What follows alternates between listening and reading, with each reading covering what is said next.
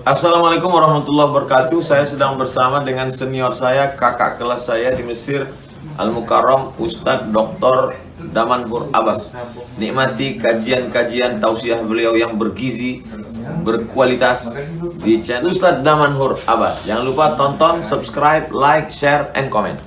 Assalamualaikum warahmatullahi wabarakatuh.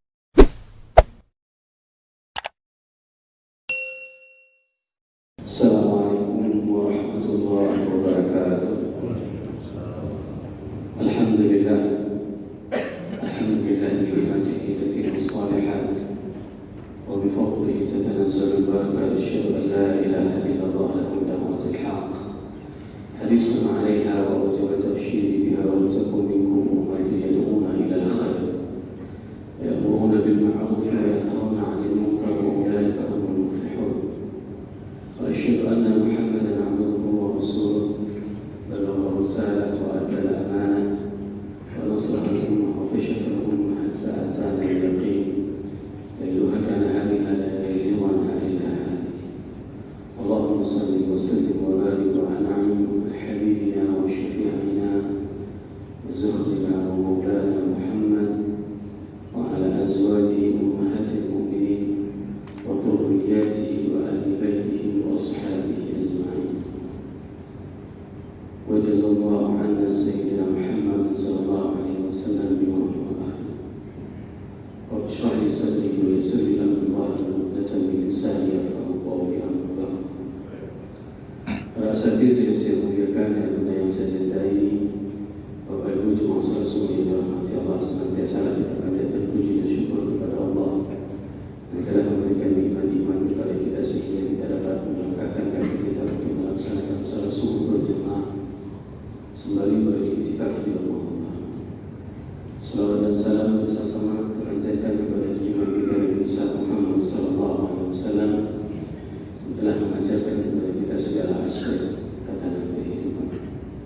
Semoga Allah membalas atas segala kebaikan yang dilakukan oleh baginda Rasulullah sallallahu alaihi wasallam beserta seluruh sahabatnya, karena beliaulah orang yang paling tepat untuk menerima balasan terima tersebut. Saya tidak pernah tahu menyampaikan apapun tentang risalah agama ini kalau seandainya Rasul tidak pernah diutus oleh Allah, dan kita tidak tahu bagaimana cara memuji Allah kalau seandainya Rasulullah SAW tidak pernah diutus. Kita tidak tahu bagaimana menyampaikan keluh kesah kita kepada Allah kalau seandainya Rasulullah SAW tidak pernah diutus. Oleh sebab itu banyak selawat kepada beliau Rasulullah SAW agar tumbuh rasa cinta dalam diri kita untuk mengamalkan segala sesuatu yang diperintahkan oleh Allah dan Rasulnya, sehingga kita kelak akan dikenal oleh baginda Rasulullah SAW. Dan salah satu hal yang paling membuat kita takjub pada saat nanti di hari akhirat, Rasul akan memanggil dengan nama kita. Dari mana Rasul mengenal kita sedangkan kita tidak pernah bertemu? Ini adalah sesuatu yang sangat membuat kita surprise. Dan sang Rasul memanggil dengan nama kita. Semoga jemaah yang berhadir pada semua yang berbahagia ini merupakan di antara Nabi Muhammad SAW yang akan dipanggil dengan oleh Rasul yang diberikan syifa oleh baginda Rasulullah dan disebutkan ayat yang dalam kawasan dari Tuhan yang tersebut.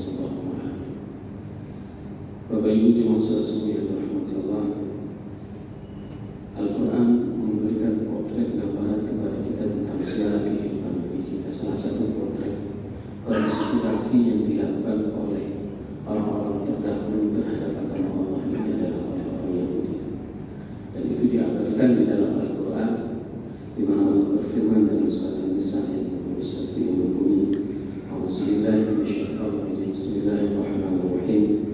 Alam tara ila alladziina utul nasiiban minal kitaabi yu'minuuna bil jibti wat taghut wa yaquluuna lil ladziina kafaruu haa'ulaa'i ahadun minal ladziina aamanuu sabiila. Sadaqallahu.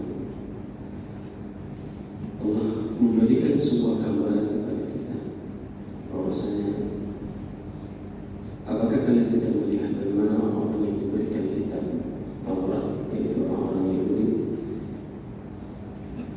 yu'minuuna bil jibti wat taghut, mereka beriman kepada jibt dan taghut. Wa yaquluuna lil ladziina kafaruu, dan mereka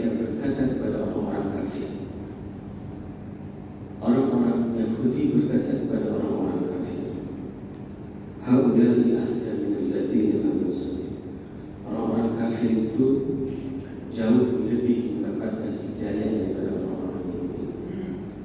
Ungkapan ini diungkapkan oleh sekelompok orang-orang Yahudi pada saat mereka diusir dari Madinah oleh Rasulullah SAW dikarenakan pengkhianatan mereka terhadap Rasulullah SAW.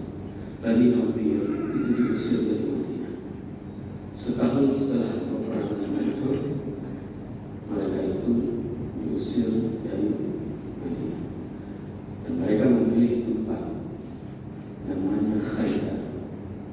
4 bulan tinggal di Khaybar, mereka langsung melakukan sebuah konspirasi bersama. Apa yang mereka lakukan? Khaybar berjarak dari Madinah itu 170 km.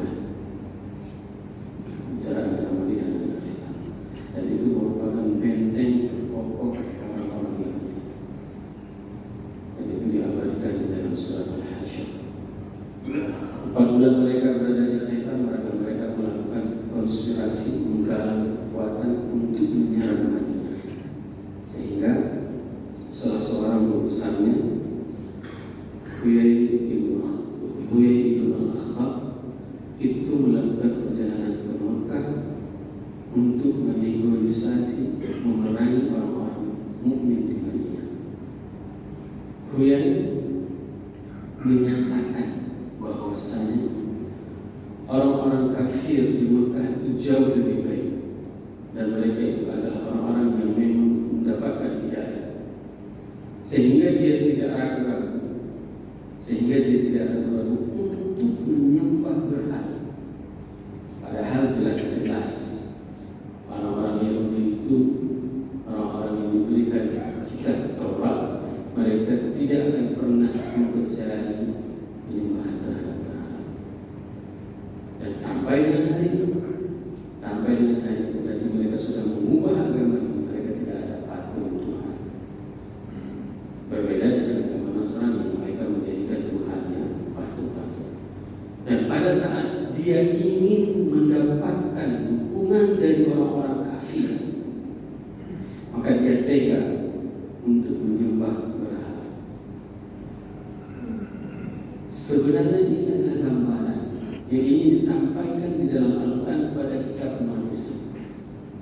Kalian umat Islam jangan sampai seperti orang-orang ahli kitab, orang-orang Yahudi. Pada saat ada kepentingan pribadi kalian rela meninggalkan agamamu dan menyembah agama orang kafir.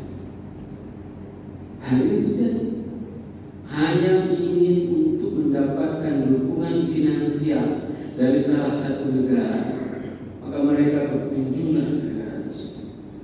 Maka mereka buatlah kesepakatan dan mereka mengatakan mereka itu adalah negara yang maju, mereka itu adalah negara yang baik, mereka itu adalah negara yang modern. Padahal mereka sudah meninggalkan ajaran agama. Dan sebenarnya Al-Quran ini mengingatkan kita, jangan sampai umat Islam itu seperti mereka, seperti ahlul kitab yang sudah mendapatkan penjelasan dari Allah tentang apa itu benar, apa itu salah. Namun dikarenakan hanya ingin menghajar Madinah, menghilangkan Islam, maka mereka melobi orang-orang kafir Mekah di lobi, sehingga pada saat itu orang-orang kafir Mekah bersedia menyertakan 4.000 pasukan. Coba lihat bagaimana lobi Yahudi. Padahal ini tidak sama. Orang-orang kafir Mekah juga tidak senang dengan ahlul kitab. Mereka tidak dipandang, tapi karena mereka mau menyembah berhala pada saat itu dan tunduk dan patuh, ditunjukkan sikap loyalitasnya hanya ingin mendapatkan dukungan militer. 4.000 pasukan kafir itu diikut sertakan dalam peperangan yang dinamakan dengan perang Ahzab ataupun perang Khandaq. 3.000 pasukan berkuda yang disiapkan oleh Abu Sufyan dan 1.500 armada. Bendera perangnya dipegang oleh Utsman ibn Talha dan pasukan berkuda masih di bawah kepemimpinan Khalid bin Walid. Pada saat itu Khalid termasuk. Selain itu, apa yang dilakukan oleh orang-orang Yahudi tersebut?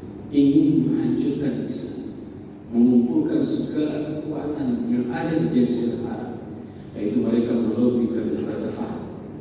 Ghatafan menyiapkan pasukannya sebanyak 6.000 orang pasukan, terdiri dari 4 kepemimpinan, yaitu pertama kepemimpinan Banu Fazarah yang dipimpin langsung oleh Uyainah bin Harith, dan Banu Asad dipimpin oleh Sulaiha bin Khuwailid, Banu Asja' dipimpin oleh Mas'ud bin Khuwailid, dan Banu Murrah dipimpin oleh Harith bin Auf.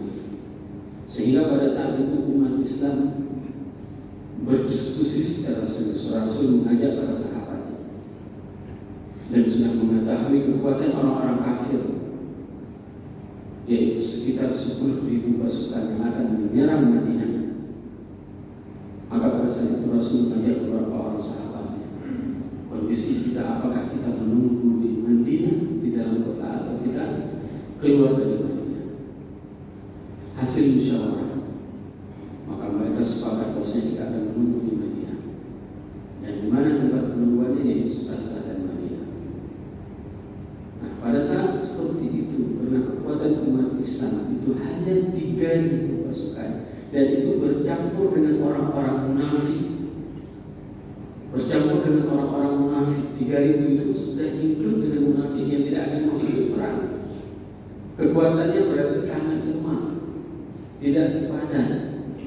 Maka salah seorang sahabat Rasul, Salman Al-Farisi, mengatakan bahwasanya, wahai Rasulullah, aku punya ide. Dulu kami di Persia, apabila kami dalam keadaan terdesak dalam peperangan, maka kami akan menggali parit. Maka pada saat itu Rasulullah SAW bersama para sahabatnya dalam keadaan lapar, menggali parit. Menggali parit itu sejauh sekitar 7 kilo. Dan para sahabat melihat langsung Rasul itu mengikat batu di perutnya. Mengikat batu di perutnya agar rasa lapar itu tidak terasa. Dan selesai penggalian parit tersebut, maka pada saat itu orang-orang Ahzab, kumpulan dari orang-orang kafir dan Yahudi itu tidak bisa menyerang umat Islam. Pelajaran penting bagi kita. Hari ini kita tidak pernah disuruh dari oleh Rasul. Tapi jangan sampai agama Allah ini kita tutup, kita sempat dengan apa? Dengan berdirinya kita di atas mimbar, dengan keberadaan kita, dengan ilmu kita, dengan kemampuan yang kita miliki, dengan gelar akademik yang kita miliki. Jangan sampai semakin jauh orang sekolah, semakin aneh perkataan, semakin tinggi gelarnya, semakin nyeleneh omongannya. Kita tidak pernah lagi disuruh, tapi lihat bagaimana para sahabat mendedikasikan seluruh kekuatan, seluruh jiwanya, seluruh raganya. Dalam kondisi bagaimanapun, mereka tetap akan memperjuangkan agama ini. Sehingga apa? Ada sebuah keyakinan bagi mereka, agar nanti kelak setelah kami masih ada orang yang memuji Allah. Seharusnya inilah yang kita lakukan. Apapun tindakan yang kita lakukan, apapun profesi yang kita lakukan, jangan sampai agama Allah ini tidak berjalan di atas kita. InsyaAllah kita akan sambung